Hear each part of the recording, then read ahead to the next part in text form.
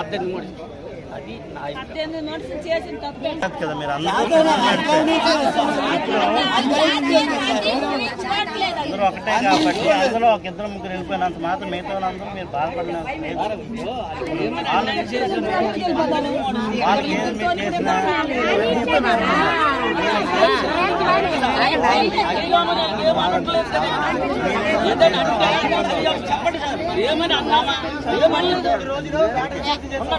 ఇది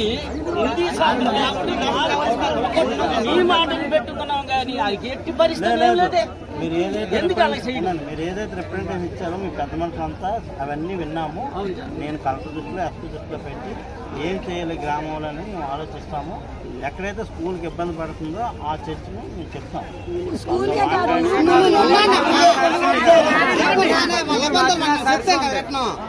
ఇంకేంటి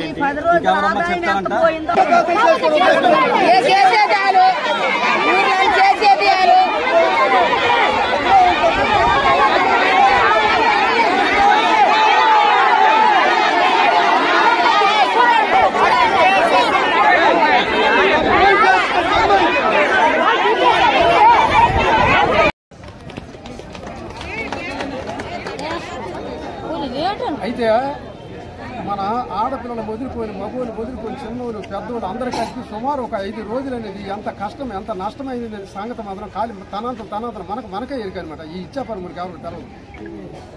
ఏ డొంకూరులో అయితే సిక్కిపడిందో ఆ డొంకూరులో నష్టము కష్టం అని వ్యవస్థలు మనం పడేది. పడి ఈ తీర్పు వచ్చాను. ఇచ్చాపురం అంటే ఒక చట్టం ఒకటి ఉన్నది కదా, అలాగే పొలం ఒకటి ఉన్నది కదా. పొలం మీద పడి చట్టం అనే అధాపాగారికి వచ్చి చట్టానికి వచ్చాను. అయితే ఆ చట్టంలోకి వచ్చేటప్పుడు ఏంటంటే దీని మీద కొన్ని అంశాలు దీని మీద వెళ్ళి ఒక ఏవైనా ఇంత జనాలు మాత్రం పొద్దున తప్పదు వచ్చింది. అయితే ఈ వాదన మీద ఇప్పుడు పరిష్కారం ఏడు వచ్చిందంటే ఇప్పటికైనా ఏ వాదం అయితే గుండెల్లో చూసుకున్నామే తెగింపు అని ఎవరికి మనవలకి ఒకనాడు అందరూ మనవలమే ఒక పేరు 2 పేర్లు వచ్చింది.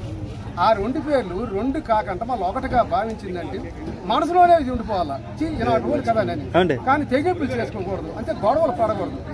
నీ వెనక చేసావైనగా బయట పడకంటే మాత్రము నీ మనసులో నీ కొట్టు నీదే ఇలాగ నీ కొట్టు ఇప్పుడు అనుకో దుకాణం అని అన్నావు నా నెలను నా కొట్టు నా నెలను నానేమను నా పిల్లకి అది నీ మనసే. కానీ బహిరంగంగా సబ్కాడకూడదు ఒకటి. రెండోది ఏంటంటే దీని మీద సర్టిఫికెట్ అనే ప్రకారంగా వచ్చేటప్పటికి ఏంటంటే మనం ఎత్తని పేరాలు ఎత్తేది. అయితే అది అడిగాం వాళ్ళకి ఏవైనా ఖజానాలు ఉన్నావా అని ఏమైనా సార్కి ఏమైనా ఎంఆర్ఓ కదా ఇక్కడ మనకు అదే అతనే కదా ఆయనకే కదా మేస్త్రెడ్డి కదా మేస్త్రెడ్డి ఆయనే. ఏవైనా వాళ్ళకి అధికారులు ఏవైనా సర్టిఫికెట్లు ఏమైనా ఉంటామంటే దానికి అక్కడ కూడా ఏవేవి లేవు. అయితే మనకు మర్చిపోయి భరోసా రేపు వస్తుంది అనుకో రేపు రకరకాలు ఉన్నాం మనందరం కలుపుకొని అవన్నీ సర్టిఫికెట్ అయ్యేవాడికే పొందుతాయి. అది గ్రామంలో మాట్లాడుకొని దానికి ఏం చేసుకుంటారో వీళ్ళందరూ ఒక ఇష్టం నుండి దయచేసి నాన్ బెయిలీ కాకుండా సార్ దయచేసి ఎంఆర్ఓ గారు ఎస్ఐ గారు వచ్చి సక్రంగా ఎక్కడైతే సమస్య పుట్టిందో అక్కడే క్లియర్ చేసుకుని మాట్లాడుకొని ఆయన ఒక మాట ఇచ్చాడు. కాబట్టి దీని మీద అందరూ సంతోషించిన ఈ అవకాశాన్ని పొందుకొని మాత్రం ఇలా గెలుపుకోవడం మంచిది.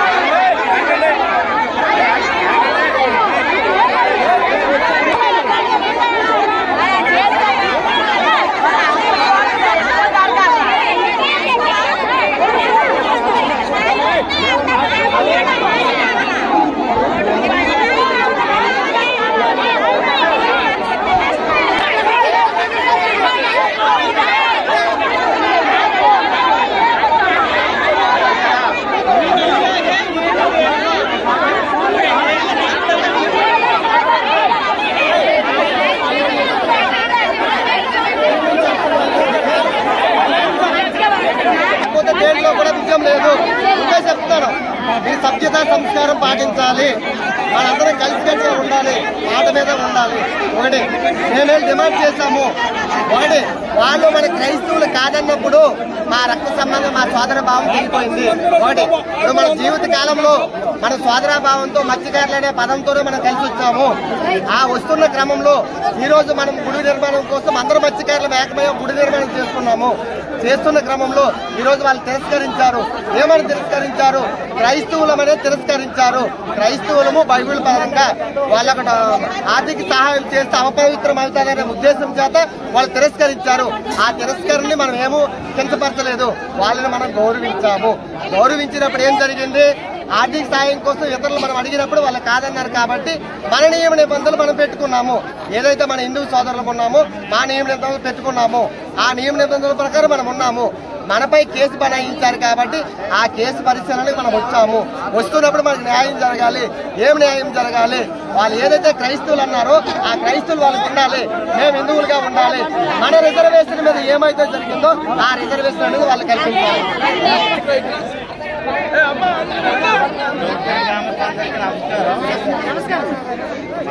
మీరు ఏదైతే హిందువులు ఉన్నారో హిందువులుగా ఉండి మీరు పూజ చేసుకోండి. ఎవరో ఒకరిద్దరైన వాళ్ళ కోసం మనం బాధపడకూడదు. ఇప్పుడు ఎవరికి స్వేచ్ఛ వాళ్ళకు ఉంది, వాళ్ళు వెళ్ళిపోయినండి. వాళ్ళకి ఏం అడగద్దు. మీరు చందాల కింద మనకు మానేయండి. మీరు వాళ్ళని పిలవద్దు భోజనాల కాళ్ళకి. మీ పని మీరు చేసుకోండి. మీరు గుడికి దండం పెట్టుకోండి. ఎవరికి ఎటువంటి కేసులు కానీ ఏమి కానీ ఉండవు. మేము అయినా గ్రామంలో అందరూ కట్టుకట్టుగా ఉండాలి. టౌన్ ఉంది, టౌన్లో మసీద్కి వెళ్తారు, చర్చికి వెళ్తారు. అలా ఒకరికొకరు కొట్టుకోకూడదు. మనం మీరందరూ మీరు పూజ చేసుకుని గుడికి మీరు కట్టుకోండి. గుడి ల్యాండ్ ఆర్డర్ ప్రాబ్లం తేకూడదు కదా. ఎంతమంది ఆయన మాటలు కంప్లీట్ అవని గ్రామంలో అందరూ హ్యాపీగా ఉండాలి. ఏమైనా జరిగిందనుకో జరగడానికి అందరూ కుటుంబాలు ఇబ్బంది పడతారు. ఎందుకు ఇవన్నీ భక్తి ఉంటే మీరు దండం పెట్టుకోండి. మీకు ఎవరు ఉంటున్నారు? వాళ్ళ గురించి ఎందుకు వాళ్ళు రానన్నారు? రాకపోతే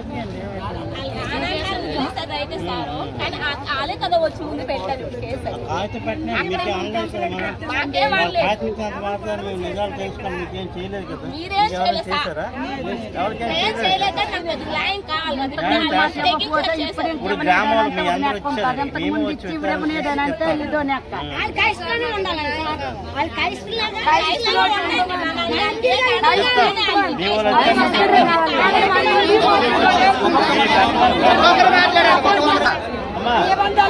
ఇవన్నీ కూడా మీకు పెద్ద మనుషులు చెప్పారు మాకు. మాకు స్కూల్ దగ్గర చర్చ్ ఉండకూడదు, హెడ్ మాస్టర్ అడుగుతాం. పిల్లలకి ఇబ్బంది అయితే అది ముగించేస్తాము. మేమన్నీ చూస్తాం, ఎంక్వైరీ చేస్తాం.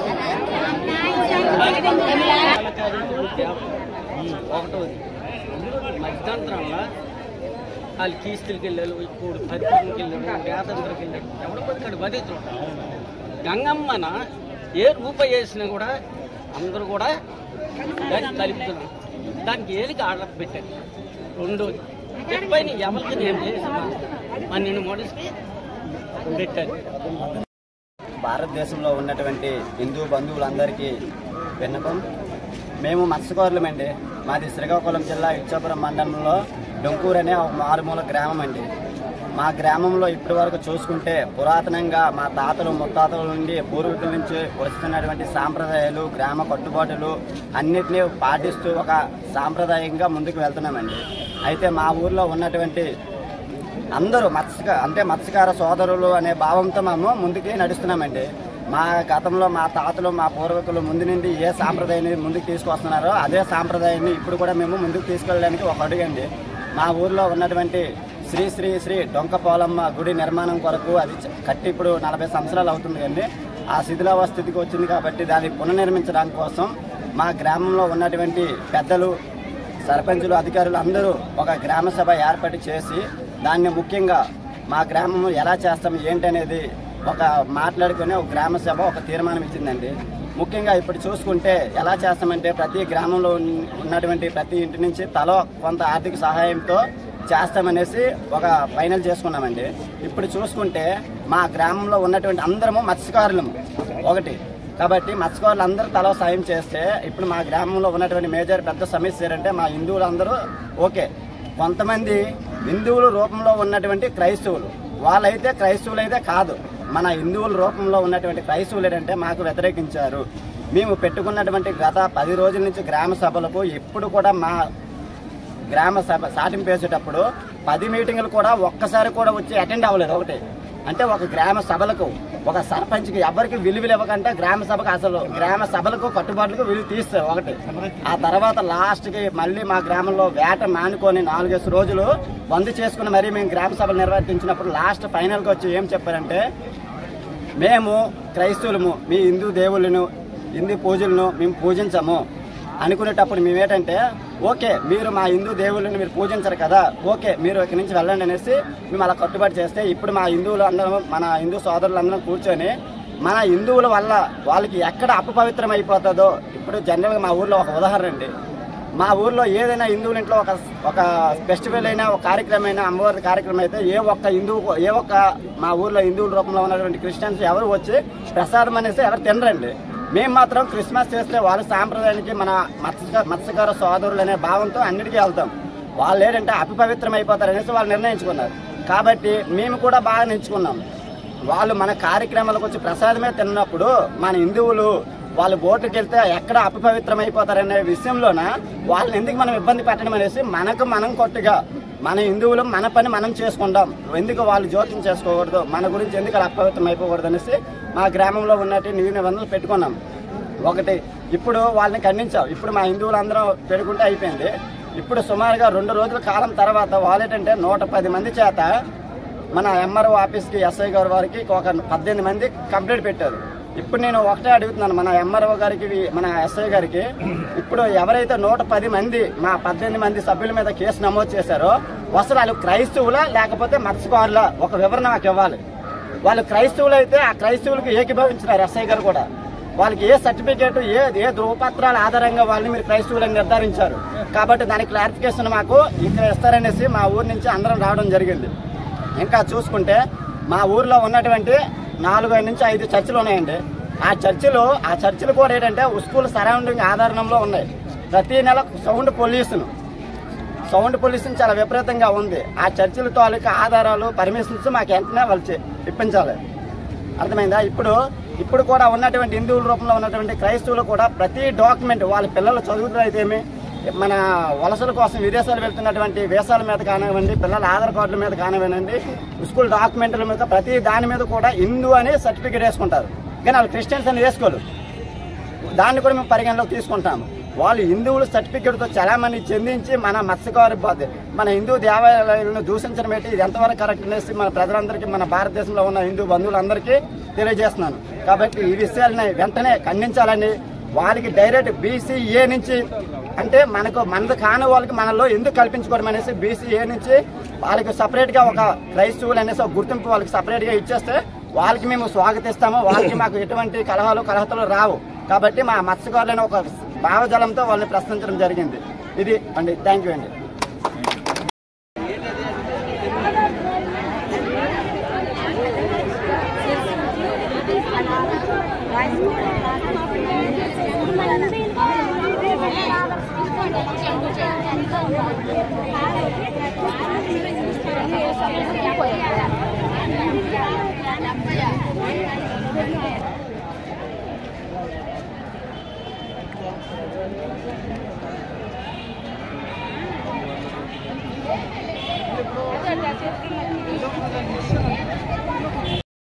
మూడోది, ఏ చర్చికైనా ఊరు చర్చి అనలండి, ఏ గుడికైనా మరి గురుభక్తులు గుడికంటే ఊరు అనలండి. ఒక సాయిరాం మందిరం అండి, సాయిరామ అంటారు. క్రిస్టియన్ చర్చి అంటారు. ఒక గురుమందిరం అని అంటారండి. ఈ గ్రామ దేవత అనేసి మా పూర్వీకులు పెట్టిన పేరు కాబట్టి నువ్వు కూడా నాతో గ్రామంలో పుట్టావు కాబట్టి నాతో ఇవ్వాలండి. ఇవ్వనప్పుడు నీది నువ్వు నాది నానండి. రెండోది మీకు మా యొక్క ఉండండి హైందవ ధర్మం మీద సర్టిఫికెట్లు చేసుకొని మీ పిల్లల చదువులు కానీ, మీకు రేషన్లు కానీ, మీకు పెన్షన్లు కానీ విన్నటువంటి ఎన్నో కార్యక్రమాల మీద మీరు లబ్ధి పొందుతున్నారు. కాబట్టి దయచేసి మీ రిజర్వేషన్ మీరు చేసుకోండి. మా పేరు చెప్పుకోదండి. మీరు ఆపుకుంటే మాకు వస్తాయి, చాలా మంది బతుకుతాము. ఇది మా కోరిక. Right sir.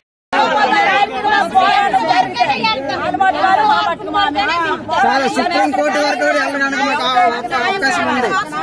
సుప్రీంకోర్టు వరకు వెళ్ళడానికి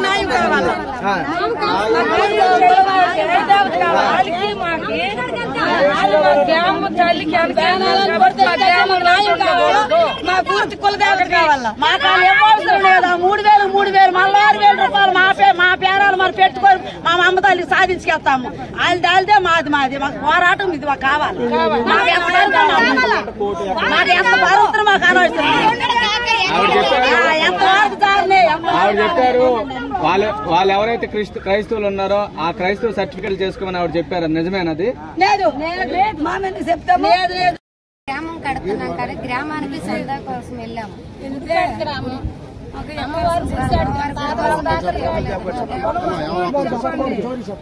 మాది శ్రీకాకుళం జిల్లా ఇచ్చాపురం మండలం బూర్చిపాడు పంచాయతీ డొంకూరు గ్రామం అండి. నమస్కారం అండి. మీ పేరు? నా దాసిపిల్లి దేవమ్మ అండి. మాది మా తాతల అవతాతల కానించి గ్రామ దేవతను కొలుసుకుంటున్నాము. మధ్యంతరాన మాత్రం ఏం పేరమ్మా గ్రామ దేవత? మాది ఏంటంటే చిన్నవిడ కానించి మా గ్రామ దేవతకు నమ్ముకొని మేము అభివృద్ధి పొందుతున్నాము. మా గ్రామ దేవత ఏంటంటే ఆవిడ మా తాతల అవతాతలు కట్టారా గుడి.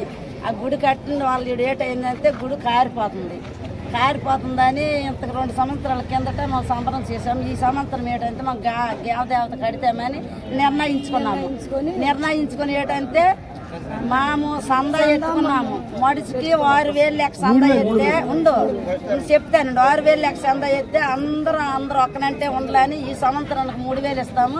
మళ్ళీ ఇదే రోజులకు మళ్ళీ 3,000 లెక్క మనం పెట్టుకున్నాము. పెట్టుకున్న తర్వాత ఒక 150 ఇల్లు 100 ఇల్లు ఉన్నవి క్రైస్తులు అని.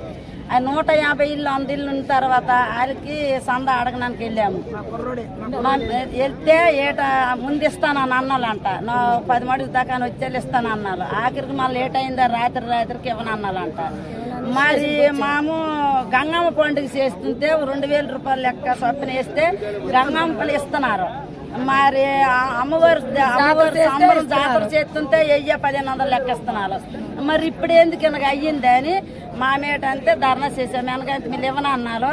మీకు మామ కొట్టము మాకు మీలు కొట్టకంట మీ మట్టుకు మీలే ఉండండి మా మట్టుకు మామే ఉంటామని మా హిందీల్లో తెప్పగా 10 మడుసు ఉంటాం రైతులము. ఆ రైతులకి వాళ్ళు క్రైస్తులు మా తెప్పకు వచ్చిందంటే మా తెప్పలోటి ఉన్న హిందీ క్రైస్తులు తెప్పలు కాదు వెళ్ళిందంటే మా తెప్పలోటి మీరు తెప్పండి మీ తెప్పలోటి వాళ్ళు తెప్పపోతాను అని వాళ్ళకి ఏర్పాట్లు చేశారు. ఇంకా సాధించడం లేదు వాళ్ళకి, ఇంకా ఏడు చేయడం లేదు. ఆల్మట్టుగానే మా మట్టుకు మామే చేస్తే ఏటైందంటే ఎనగైతే మనకి సాటింపు చేసేస్తాలో, ఎనగైతే మనకి ఊర్లో నుంచి ఎంట మీద పంపించేస్తాలో, ఇంకా దళదాన్ని చేస్తాలో మన ముందుకు స్టేషన్కి వెళ్ళిపోతాం పయండి అని ఎన్నో వంపుదలు మన 9 బల్లెట్టాలి అనమాట స్టేషన్కి.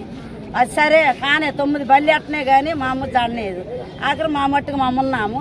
వచ్చాం మా మీద న్యాయం చేసుకుంటున్నాం. దిప్పమానికి వెళ్ళి మా కుటుంబం వల్ల మా పెద్ద చిన్న అందరూ అధికారులు అందరం చేసుకొని న్యాయం చేసుకుంటున్నాం. న్యాయం చేసుకున్న తర్వాత నీకు చుట్టముంటుంది నాకు చుట్టముంటుంది నానేళ్ళు చెప్పడము నువ్వేళ్ళు చెప్పడం ఇంకా జరిగితే ఆయా వస్తున్నాడు నన్ను ఇచ్చేస్తానని ఆయా వస్తున్నాడు ఇచ్చేస్తాను. తక్కువమైన వాళ్ళ మొండికెత్తుకొని ఇవ్వనంటున్నారు.